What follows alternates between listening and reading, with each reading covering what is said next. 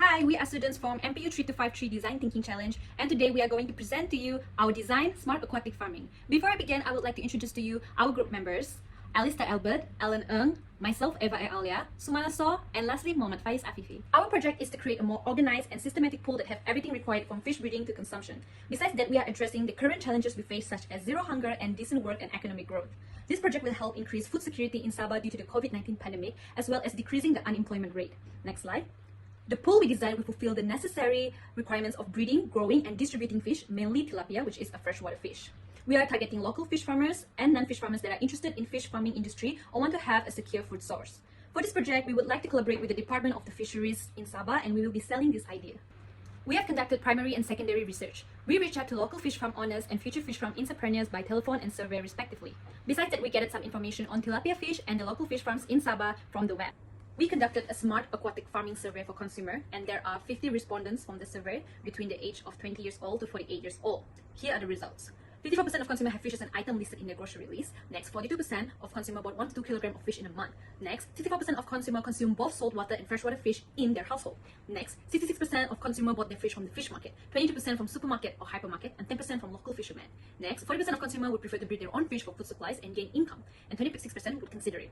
39% of consumers would prefer to have a fish pool at their house to maintain their food supplies, and 21% would consider it. 68% of consumers would like to build their own pool to breed freshwater fish in an area of their house if they have the capital. However, 44% of consumers does not have strong knowledge on freshwater fish.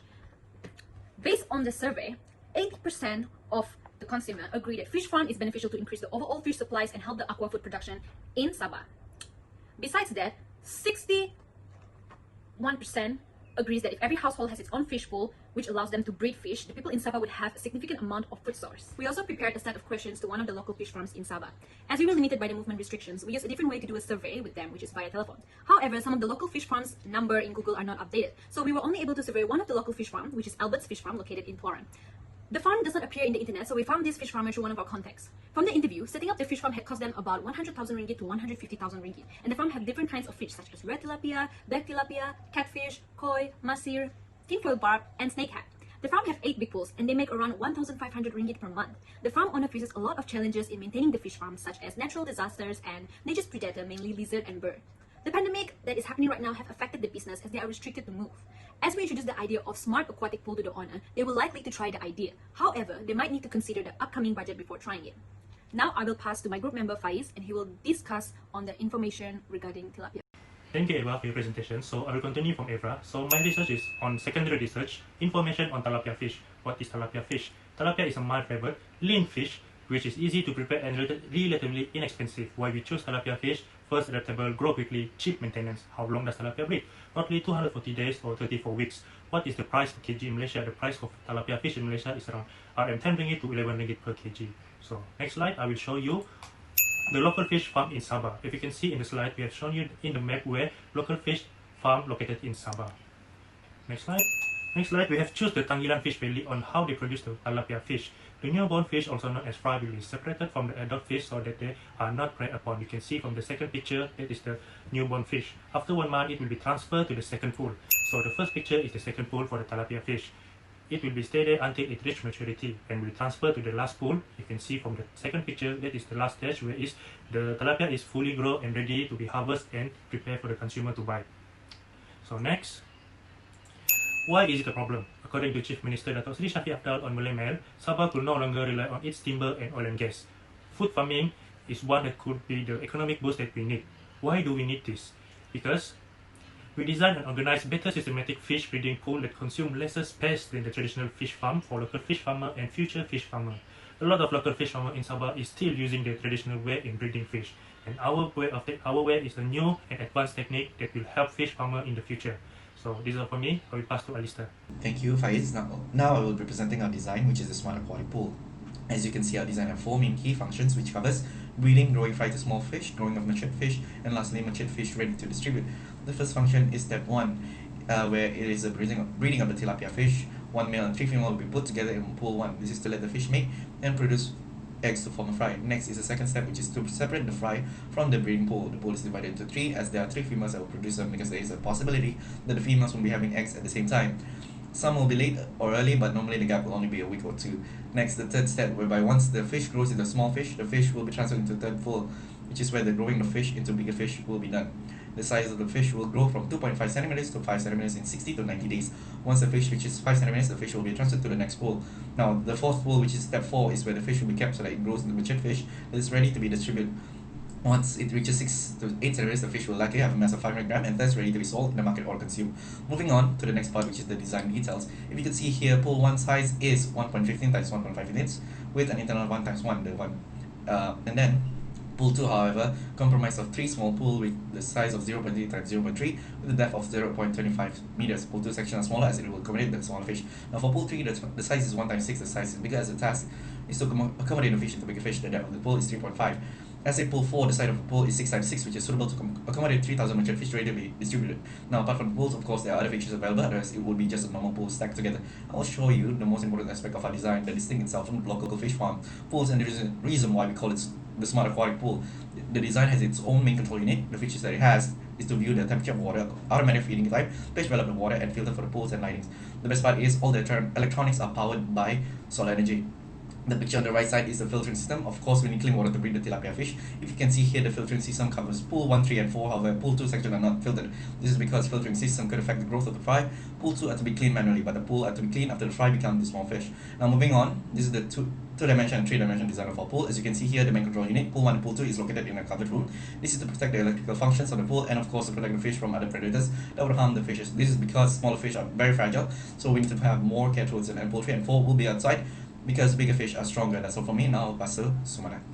Thank you, Alistair. So now for my part, I'm going to talk about the current solutions that are being implemented as in regards to the problem statement. So there are 2 solutions. The first solution is the state government has been providing fish breeder with temporary occupation license (TOL), fish fry, and creating a fish collection and marketing center, which can indirectly help unemployed youth to earn an income. The second solution is state government has channeled a special grant to the Ministry of Youth and Sports, which will be distributed to eligible Sabahan youth entrepreneur under the Youth Entrepreneur Aspiration Program, which is also known as YEAP. So RM2 million education aim to involve as many youth as possible to enter into the business field, where a one-off RM2,000 ringgit fund will be given to each of the entrepreneur whose application is accepted, approved. So the applicant must be aged between 18 and 35 with a trading license, business proposal, and complete business document in order for their application to be approved. So next, I'm going to talk about the gaps of the project. So the first one is COVID-19 cases increase in Sabah has made the statement to MCO, Movement Control Order, and subsequently CMCO, Conditional Movement Control Order, which made it harder for everyone to move around the state. So this is not good for the fish farmers, as they are not able to buy supplies to maintain their fish farm to operate at peak efficiency.